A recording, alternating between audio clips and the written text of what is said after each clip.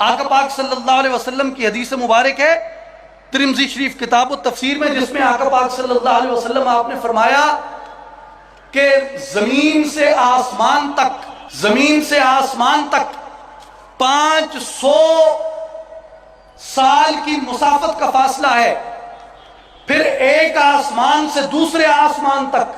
500 سال کی مسافت کا فاصلہ ہے. اور اللہ قرآن میں فرماتے ہیں، اللہ تعالیٰ فرماتے ہیں کہ خالق 7 سماوات طباقا، میں نے 7 آسمان طبق در طبق قائم کر دیے.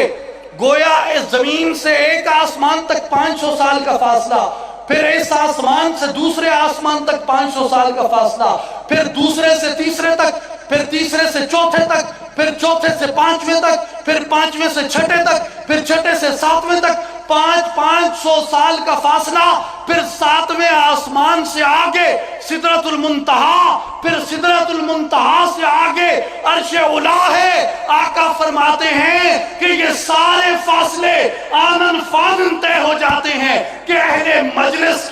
اہل ذکر کی مجلس میں ایک فرشتہ یہاں پہ ہوتا ہے، اور یہ فاصلے آنا واحد کے اندر طے کر کے ملائکہ کی وہ صف عرش الہی تک پہنچ چکی ہوتی. اور اللہ تعالیٰ قرآن پاک میں فرماتے ہیں، ان الذین قالوا ربنا اللہ ثم استقاموا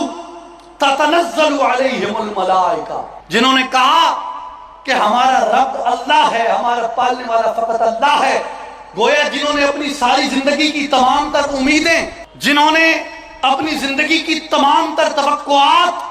وہ غیر ما سوی اللہ سے اٹھا کے وہ صرف اللہ پہ قائم کر دی. یعنی یتوکل علی اللہ، جو اللہ پہ توکل کرتے ہیں، جو اللہ کے ہو جاتے ہیں، جو اس کا قانون، اس کے دستور کو مانتے ہیں، اس کے آئین کو مانتے ہیں، اینگلو سیکسن قانون کو نہیں، اللہ کے قانون کو مانتے ہیں، جو سوشلزم، سیکولرزم، کمیونزم اور ان دنیا کے ان تمام جھوٹے ناپاک اسموں سے اٹھ کے ایک دین کے اوپر یقین رکھ کے اللہ کی بندگی کرتے ہیں، اللہ کی اطاعت کرتے ہیں، اللہ کے آئین کی بالادستی کے لیے، اللہ کے قانون کی بالادستی کے لیے، اللہ کی کتاب کی بالادستی کے لیے، اللہ کے دستور کی بالادستی کی جدوجہد کرتے ہیں. اور اس کے اوپر اللہ فرماتا ہے ثم استقاموا، اس کے اوپر استقامت سے کھڑے ہو جاتے ہیں. فرمایا تتنزل علیہم الملائکہ، آسمان سے میرے فرشتے ان کے اوپر نازل ہوتے ہیں.